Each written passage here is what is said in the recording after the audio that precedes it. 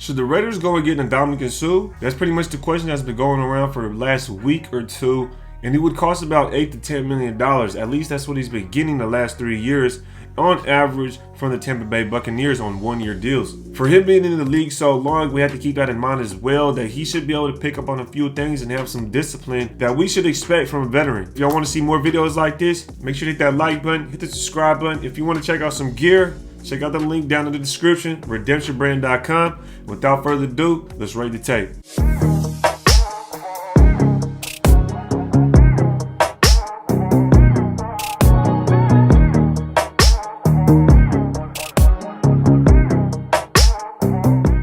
Alright, y'all, first things first, we're going to check out this PFF grades. Don't forget to hit that like button and make a play. Hit that subscribe button if y'all new here and want to see more content like this. But first things we're going to do is check out these PFF grades from the Ndamukong Suh the past 12 years. He's been in the league about 12 years, from 2010 to 2021. And as you can see in the middle of his tenure, he had a great season. He had a great career going on. But in the past about 4 years, you can see it's definitely been going down. It's been diminishing.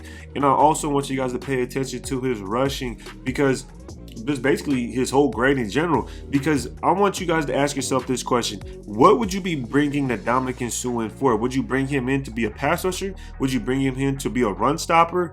Would you bring him in to show these younger guys how to be disciplined and how to be a pro? I'm not sure what your MO is for the Ndamukong Suh, but let's go ahead and hop into his season grades. Now, these are his season grades right here. As you can see, we have terrible grades. I mean, let's be honest. There was 1 week here in week 11 that you could see. Week 11, he had a 72.3, and that was his best grade. It was decent. To give him that one, but outside of that, the grades were pretty poor. Now, these are just PFF grades, and you can't base it off this. So let's go ahead and hop right into the film, y'all. All right, now we got Atlanta straight up. You can see he's lined up in your B gap right over that the left guard. And this is right here. We're going to start out with some good plays. We're going to start out with a couple of good plays so we can go ahead and showcase some of his skills. Now, if you want to bring him in to be a pass rusher, look how he's able to get into the body of this guard. And it kind of reminds you of Reggie White when he was able to do that hump. I don't know if y'all heard of Reggie White, that hump move, but just check it out one more time. He's able to get him with the long, boom, with the long arm and get that extension out there. And once he's able to release and get his body into the chest of the offensive guard, he's able to get the hump and get the push. Get off of me, and he gets a sack. So that's a very good take right there from Ndamukong Suh. That's a very good rep. Would love to see that when he comes to the Raiders. And here's another play right here. This time it's a stunt. It's not so much of a one-on-one win. And you see he's lined up again right there over the right guard. Again in the B gap. You got JPP on the edge, and you're going to get a stunt. So he's going to go to the outside, try to beat that offensive tackle to the inside, and he ends up doing it, gets another sack. Those 2 of the 6 sacks that he got this season. Definitely a solid play from him. A good drop from the defensive line. Offensive tackle wasn't able to pick him up. Probably needed more help from the guard. Now we go on to the next play. Again, we got the Colts, and he's lined up in the same spot. And this time he's going to show a little bit of effort. He's going to show that speed. For a 35-year-old, he's still able to get after. So I like to see that. Shows that he still has a little bit of burst and energy. Now we're starting to get to some nitpicky plays that just me personally, that I kind of might nitpick, and some other people might say I'm nitpicking it. This is why I asked the question. This is why I posed the question: what would you be bringing him in for? Would he be a pass rusher? Would he be a rotational guy, depth guy, a run stopper? Now ask yourself that question, because I don't think he's that much of a pass rusher. I'll be honest. I don't think he's that much of a pass rusher, but I will say that he is better at getting to the quarterback than it is at stopping the run. Let's be honest. But on this one, I wanted to show the fact that he's going down and he's crashing pretty hard, and he doesn't even realize that the quarterback's going the other direction. Now, as a veteran, would you expect him to be at least give some type of pressure or get in the face of the quarterback in this situation? So, for a veteran, I was kind of nitpicking. I was expecting maybe he'd be able to get in the face of the quarterback on that one. Now, on this one, you see he's lined up in the B gap again to your right of your screen. It's a play action. And on this one, he has some friendly fire. It seems like maybe some miscommunication. But watch how he takes out his own D tackle. And then that creates an opportunity for Carson Wentz to step up and launch a long ball instead of being able to get that pressure in Carson Wentz's face and maybe creating an errant throw. Let's go back one more time. See if we go back further. And again, he's lined up to the right of your screen. Boom, knocks over his own guy. Carson Wentz is able to step up and drops a bomb in there. So there's just a couple of plays that I may be nitpicking at. But man, I just want some disciplinary football. That's all. I want disciplined football. Here he's lined up over the left guard, and he's out there, and he doesn't defend the screen pass. And this is the play where I would like to see some savviness from a 12-year veteran. A 12-year veteran. I would love to see some savviness, some plays to where he's able to have some play recognition and pick something up, but he doesn't. You watch him here. He goes to the outside. And then he comes back in. There's 1, 2, 3, 4, 5 offensive linemen. 5 offensive linemen to the left of the screen.